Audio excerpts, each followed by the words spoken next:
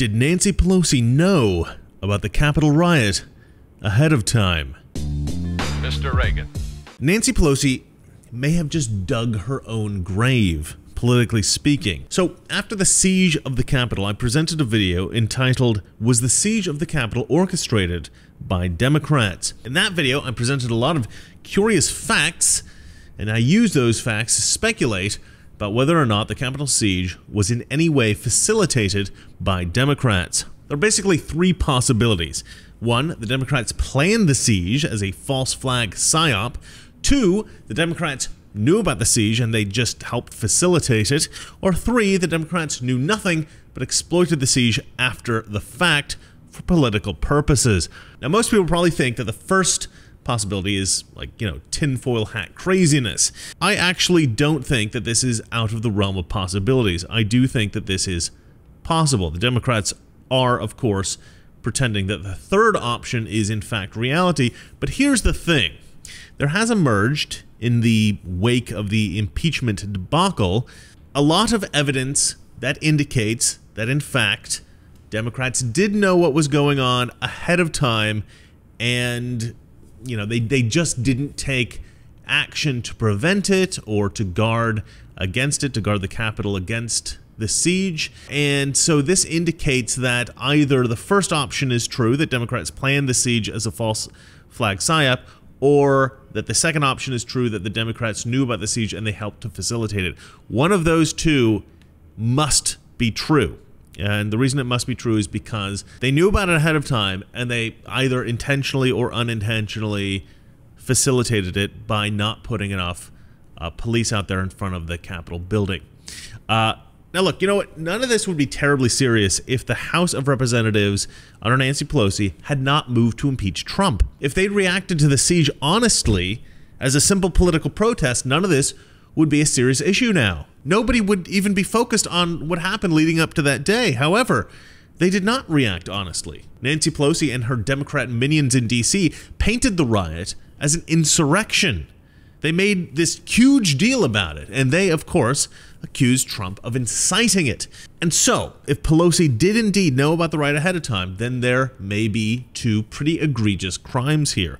If Pelosi knew about the riot and she didn't take measures to appropriately protect the Congress, and if she genuinely believed that an insurrection was imminent, and if it's found that she was involved in any way in facilitating that perceived insurrection, if she instructed the Capitol Police to stand down, for instance, well then, she could actually be guilty of inciting an insurrection. Now, once again, this is how Pelosi herself has framed the siege. Of course, there was no insurrection. That term is being used as political propaganda by the left. But if it's found that Pelosi facilitated the raid in any way, well, that would be a damning revelation, even to many Democrats. The other crime that Pelosi may be guilty of is attempting to frame Donald Trump. And Pelosi knew that there was going to be a raid on the Capitol, and then she planned to accuse Donald Trump of inciting insurrection afterwards. And if she actually took action to facilitate the siege in order to do this, well, that seems like a pretty serious crime.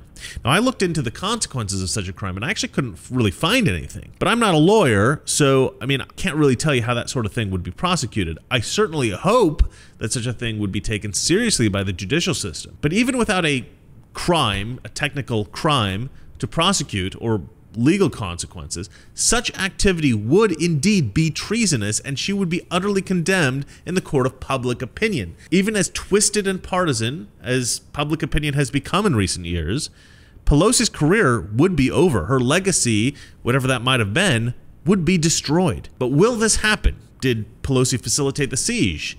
Did she know about it and tell the Capitol Police to stand down? Well, there is evidence that she did. All of that in one moment. First, sadly, I have to sell you something. The data of 2.3 million users has been leaked after a hacker managed to find a backdoor into the popular dating site Meet Mindful. Leaked personal data included names, Facebook IDs, emails, birthdays, location data, and more. The data was then uploaded to a public hacking forum for anyone to download. Meet Mindful says that they have since patched the flaw, but the damage is already done. If you want to prevent attacks like this from happening to you, I highly recommend Virtual Shield. Virtual Shield is the only VPN that I will ever use because they have a strict no-log policy built into their software from the ground up for privacy protection. Go to virtualshield.com/Mr. Reagan to get Virtual Shield for 50% off today, or click on the link in the description below. So how do we know that Pelosi was aware that the raid on the Capitol was going to happen?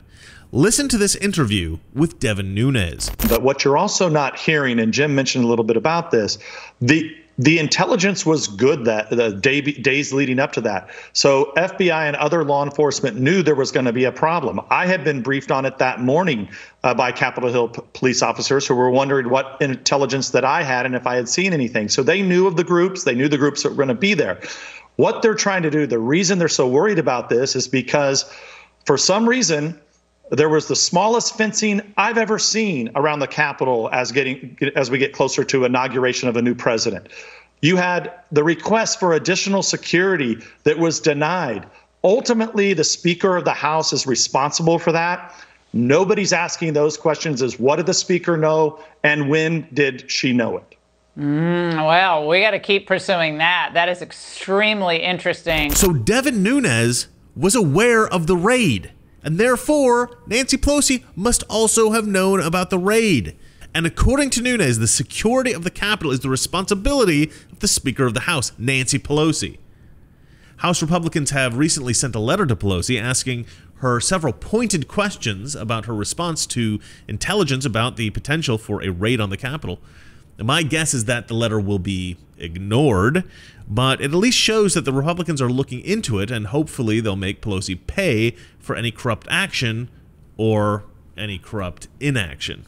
Another corrupt indication that Pelosi is guilty of something nefarious regarding the handling of the Capitol raid is that during the impeachment trial, when senators were considering calling for witnesses, the Democrats seemed all for calling for witnesses, but then suddenly, inexplicably, they reversed course.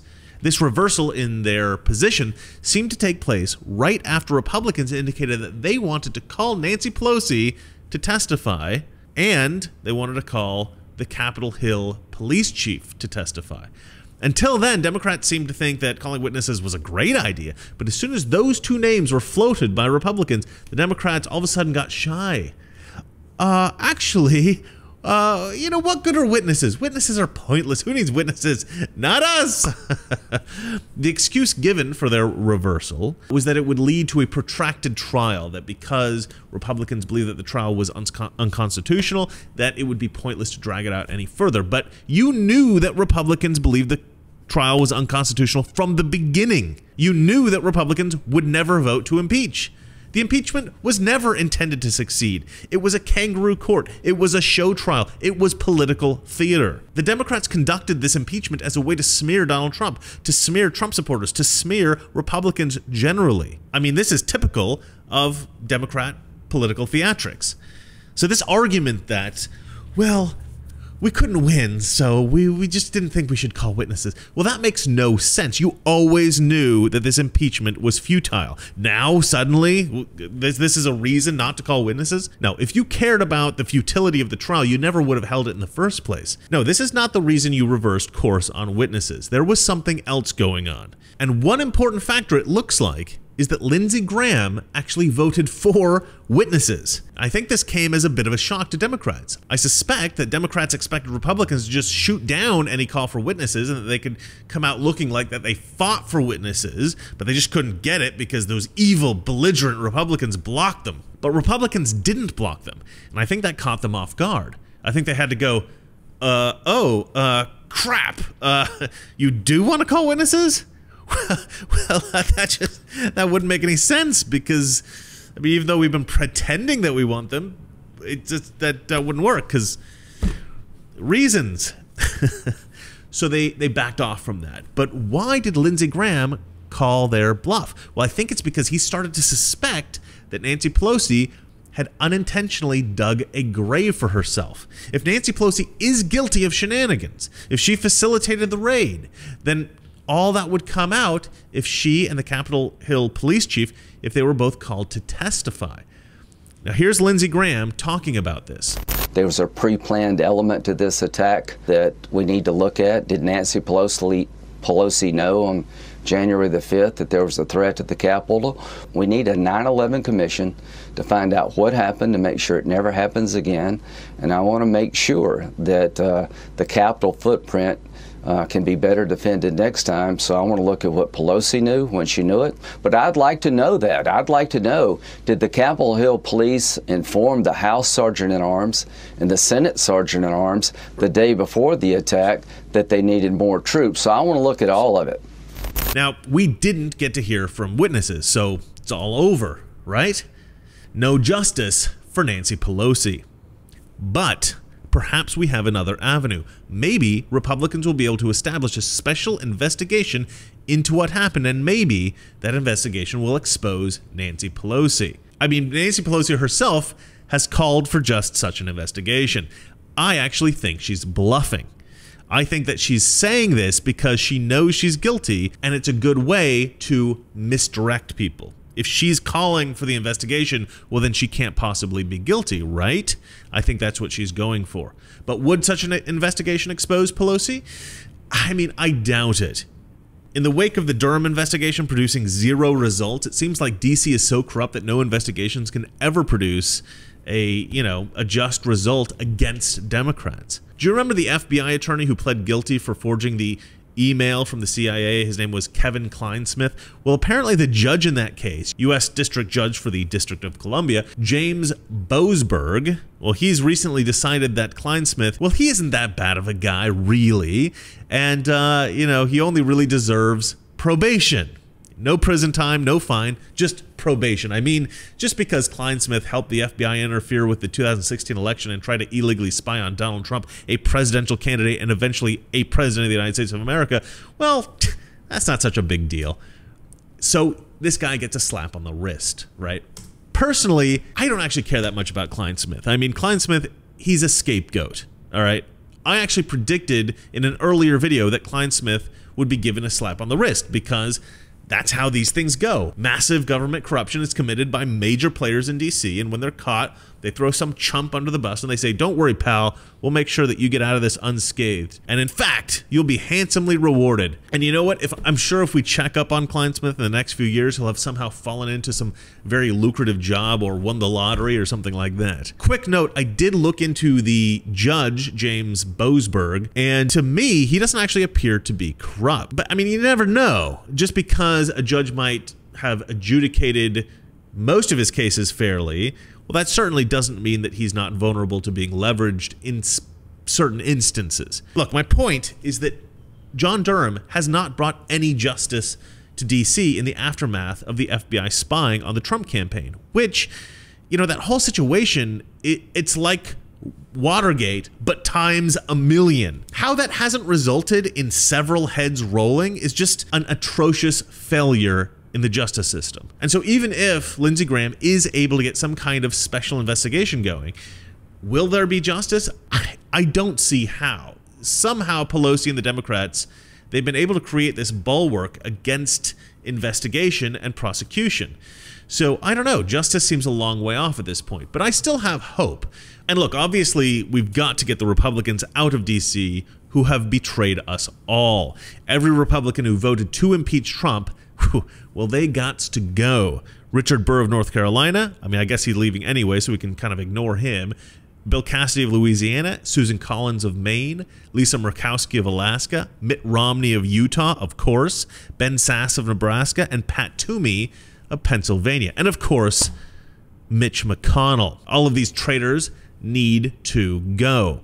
They knew this impeachment was a sham. There was no insurrection. There was no incitement. And as far as I'm concerned, a yes vote by any Republican was a clear indication that they are being leveraged. These 7 senators are clearly compromised and they need to go. It's clear that there's a lot of corruption in DC at the moment, perhaps more now than ever in history. And it's now up to us, ordinary citizens, to cut out the cancer. Well, that's it for me. And remember, it's not that our liberal friends are ignorant. It's just that they know so much that is not so. Good night. What is fascism? Fascism is private ownership, private enterprise, but total government control and regulation. Well, isn't this the liberal philosophy? The conservative, so-called, is the one that says, less government, get off my back, get out of my pocket, and let me have more control of my own destiny.